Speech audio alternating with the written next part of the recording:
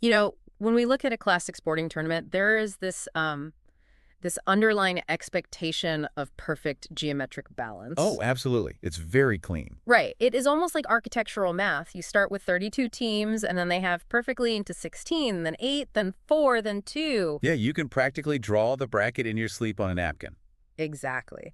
Win and you move on, lose and you go home. It's incredibly clean. I mean, there is a profound comfort in that symmetry for sports fans.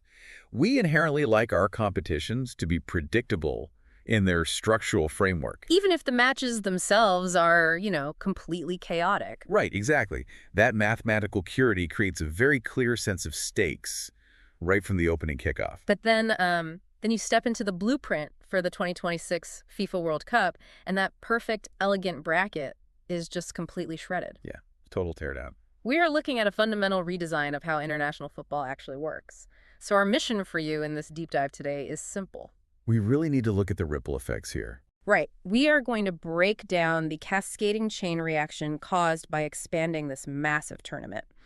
We're going to trace how a boardroom decision at the very top rewrites, like on-field tactics, and drastically alters player workloads. And, of course, how it completely reconfigures the global economy of the sport itself. Exactly. By the end of this conversation, you will understand exactly what is happening beneath the surface when those games finally kick off. Okay, let's unpack this. Let's do it. The core facts are these. The tournament is ballooning from 32 teams to 48 teams. A massive jump. Huge.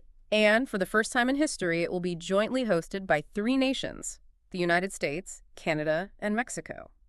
What's fascinating here is that for decades, that old 32-team format did a very specific, ruthless job. What do you mean by ruthless? Well, it acted as an incredibly effective gatekeeper. It created this highly stable, highly exclusive elite structure. Adding 16 extra teams to the mix doesn't just mean, a longer viewing schedule for the fans. Right. It dismantles that traditional gatekeeper completely. It introduces an entirely new global football order. So let's look at the sheer scale of that addition. 16 more teams means FIFA is pulling in significantly more representation from Africa, from Asia, and from the CONCACAF region. Right, which encompasses North and Central America and the Caribbean. Yeah, I mean, it's like expanding an exclusive, tightly curated dinner party into a massive, sprawling neighborhood block party. That's a great way to put it. You can't just cook the same meal in a bigger pot. The entire logistical infrastructure of how you serve the food, where people sit, how you manage the traffic, it all has to change fundamentally. Everything scales up. But before we get to the infrastructure, I am sort of stuck on the guest list. Doesn't opening the door wider inherently water down the product? That is the big debate right now. Like, if I'm watching a seasoned European powerhouse play a nation making its very first appearance on the global stage, aren't we just setting the stage for unpredictable blowout scorelines? I mean, the potential for mismatched blowouts is a stark reality, especially in the early group stages of the tournament. Like a 6-0 game or something. Exactly. When you look at the historical data and the FIFA coefficient rankings, the technical and tactical gap between a top-tier nation and a mid-tier Asian or African team can be vast. Right. They're just on different levels entirely. But, the governing bodies are weighing that short-term drop in competitive parity against the long-term mechanics of global inclusivity. Okay, so it's a long play. Exactly. Under the old mathematics of the tournament, smaller nations faced qualifying campaigns that were essentially statistical pipe dreams. They just never had a real shot. Right. Giving them a realistic path unlocks vital development funding, television money, and institutional experience. So the idea is that just being there helps them grow. Yeah, the underlying theory is that exposure to top-tier competition accelerates their national development, effectively raising the global baseline of the sport over the next few decades. Okay, I get that. But look at the physical terrain we are inviting them to play on. We are spreading this massive influx of teams across an entire continent. It is a massive geographic footprint. The U.S., Canada, and Mexico combined represent a geographical footprint that is, honestly, borderline hostile to athletic consistency. It really is. In a traditional World Cup hosted by a single country, a team might take a 2-hour train ride or a very brief domestic flight between host cities. Very manageable. But here, a team could play their opening match in the heavy sea-level humidity of Miami, right? Oh, yeah, brutal heat. And then, 3 days later, they are expected to perform at over 7,000 feet of altitude in the thin air of Mexico City, Just total system shock. and then fly thousands of miles north to Vancouver. I mean, the biomechanical shock to the human body in that scenario cannot be overstated. Players will be dealing with acute, compounding travel fatigue. Not to mention the climate shifts. Right, drastic changes in oxygen availability, wild temperature swings. Managing that physical toll requires military-level sports science. Military level. Wow. Seriously. Teams will have to deploy specialized sleep cycles, hyperbaric recovery protocols, and altitude acclimation camps just to keep their players functioning safely. So the map itself is basically an opponent. Exactly. The logistical map is no longer just background noise for the organizers.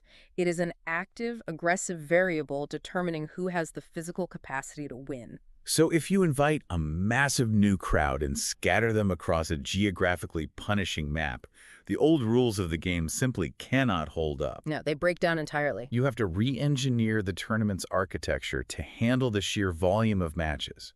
And that mathematical reality completely warps how teams will actually play the game. It really does. The tactical shift is going to be wild. Let's lay out the new math for you. We go from 8 groups of 4 teams to 12 groups of 4. Right. Every team still plays 3 group matches, but because we've ballooned the participant list, the total match count for the tournament skyrockets. From 64 matches up to a staggering 104 matches. 104 matches. That is insane. It is. And handling that expanded inventory requires a completely new escape route out of the group stage. Right, because the old math doesn't work anymore. Exactly. The old system was ruthless but simple.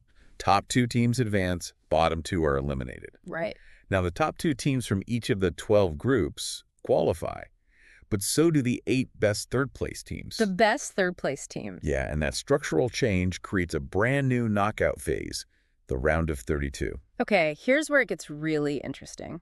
The psychology of this is wild to me. It changes everything. Wait, so you're telling me a team can lose a match, maybe even look terrible doing it, and still comfortably advance? Yes, mathematically, absolutely. If I'm managing a smaller underdog nation, doesn't this third-place lifeline actively encourage me to just park the bus? Oh, without a doubt. I mean, park the bus meaning I put all 11 of my players behind the ball to fiercely defend a 0-0 tie and just completely refuse to play offensive football. It is a massive tactical safety net.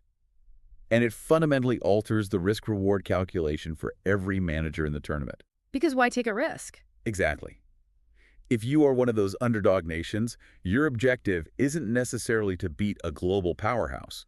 Your goal is sheer survival. So a draw is as good as a win for them. Essentially, yeah. Yeah. Accumulating just 3 points from 3 agonizingly dull defensive draws could mathematically guarantee you a spot as one of the best third-place teams. Because in a system where third place gets you through, your goal difference becomes your ultimate shield. Yes.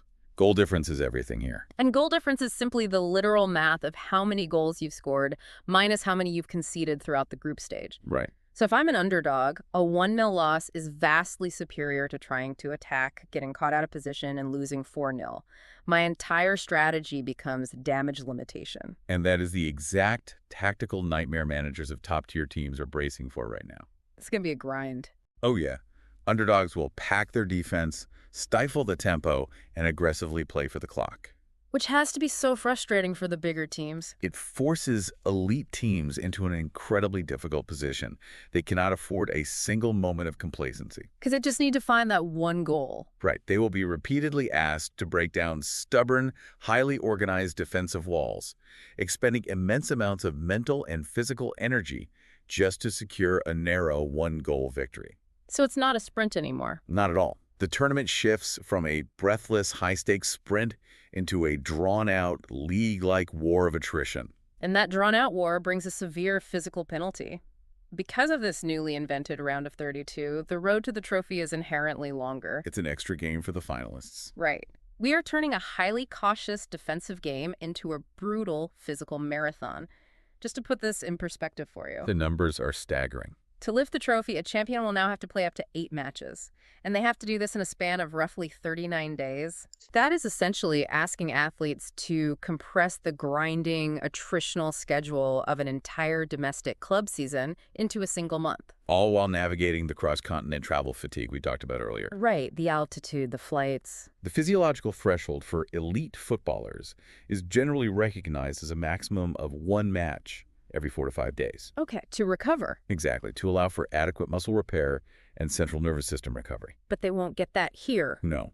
Forcing them to play 8 matches at maximum intensity, often with fewer than 4 days of rest between flights, pushes the human body past its breaking point. They are going to drop like flies. The mathematical probability of soft tissue injuries, hamstring tears, calf strains, groin pulls, it increases exponentially under this load. Wow. So if the physical pressure is that severe, it feels like it fundamentally changes the archetype of a World Cup winner. It really does. We all grew up on the romance of the solo hero. We remember the narratives of a Maradona putting an entire country on his back. Classic football lore. Right.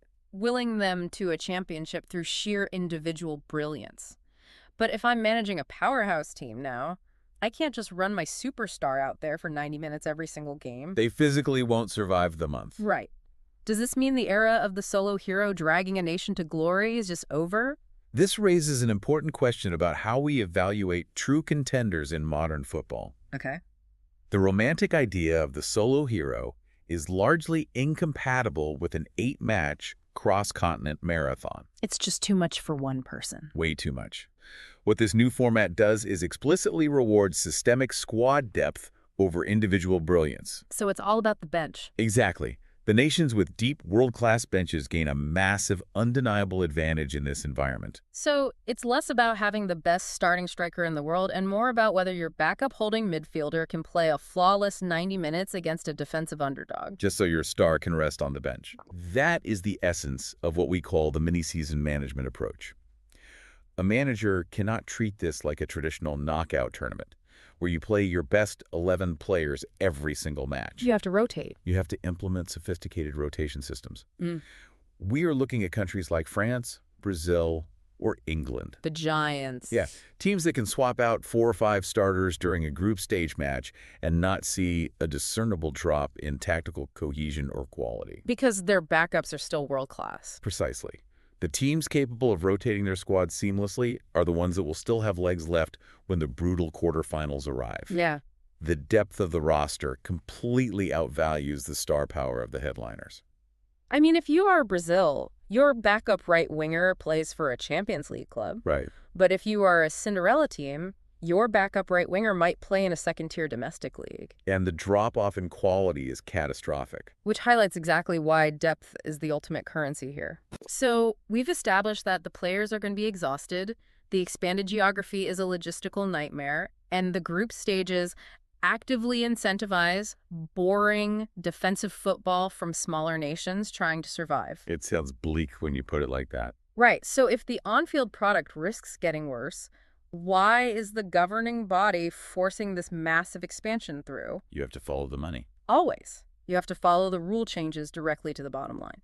This brings us to the economics of the entertainment machine. Because the decisions driving this expansion are intrinsically linked to scaling the sport's global revenue. Let's do the math again. We went from 64 matches to 104 matches. That is 40 extra games. 40 extra games.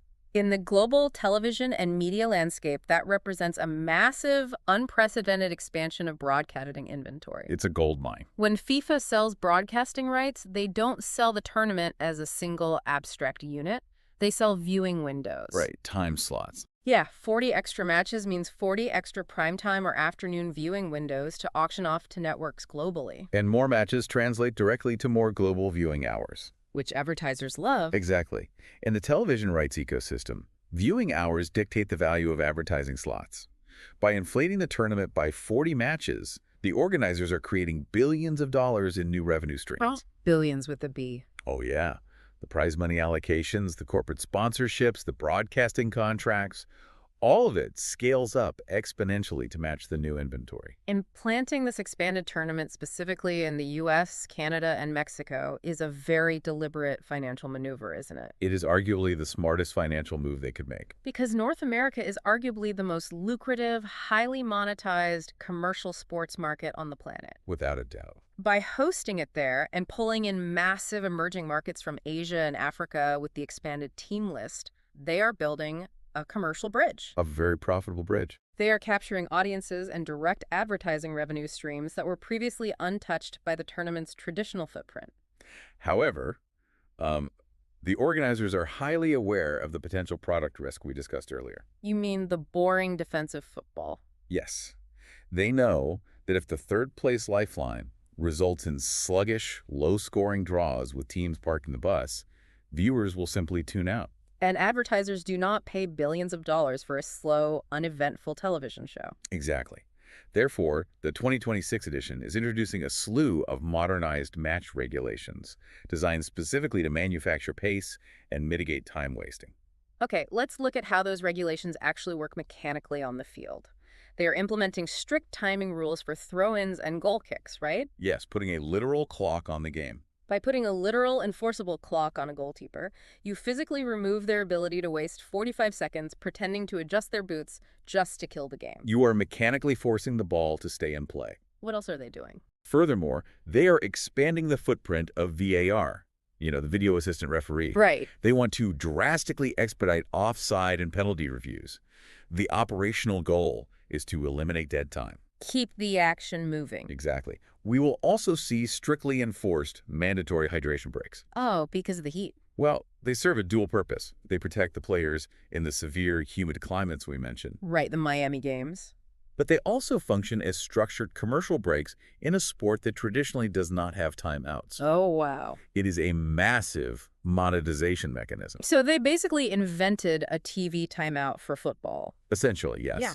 Additionally, referees are being instructed to use stronger disciplinary controls. Meaning what exactly? Meaning faster yellow cards for players who attempt to slow down free kicks or dispute calls. So the regulatory incentives are aggressively engineered to force a faster, highly continuous entertainment product. Directly countering the tactical incentives that tell teams to slow down. So what does this all mean for the fan tuning in? It's a complex picture. When you zoom out and look at the fierce debate surrounding this restructuring, you have very clear positives. You do. The tournament offers unprecedented global representation. It injects massive development revenue into smaller nations. And it creates brilliant opportunities for Cinderella underdog stories that capture the world's imagination. But on the other side of the ledger, the profound concerns cannot be ignored. No, they really can't. The bloated structure threatens to dilute the absolute do-or-die intensity that historically defined the competition. It risks those early-stage blowout games we talked about. And places a borderline unethical physical burden on the players, pushing them to the brink of exhaustion. The organizers are essentially gambling here. How so? They're gambling that the sheer overwhelming spectacle of a continental festival will outshine the loss of a concentrated, elite-only intensity. That makes sense. What we are witnessing is the final evolution of international football into a globally scaled entertainment industry. Prioritizing content inventory and market access over perfect competitive balance. Exactly. It really puts the scale of this transformation into perspective. To wrap all of this up for you into a single thought, Go for it. the 2026 World Cup transforms football from a tightly controlled 32-team elite competition into a sprawling 48-team global festival with deeper economics, wider participation, and an entirely new, deeply demanding competitive structure. If we connect this to the bigger picture, it is vital to recognize the domino effect at play here. The chain reaction. Right. Every single detail we have analyzed today, from the strict new timing regulations on goal kicks to the absolute necessity of sophisticated squad rotation to the explosive commercial broadcasting footprint in North America, It all stems from one thing. every single one of those massive systemic shifts is a direct, unavoidable consequence of that one initial boardroom decision to invite 16 more teams to the tournament. Which brings me right back to where we started today. We discussed how this entire expansion was fundamentally designed to be more inclusive, to give those smaller emerging nations a literal seat at the table. That's the stated goal, yes. But I want to leave you with a question to ponder. If the brutal physical toll of an 8-match cross-continent tournament requires a nation to have incredibly deep, world-class benches just to survive, Yeah. could this massive, inclusive new format actually make it harder for a true Cinderella underdog to ever lift the trophy? That is the ultimate paradox of this new era of football. Thank you so much for joining us on this deep dive. As always, keep questioning the world around you, keep looking for the hidden structures beneath the surface, and we will catch you next time.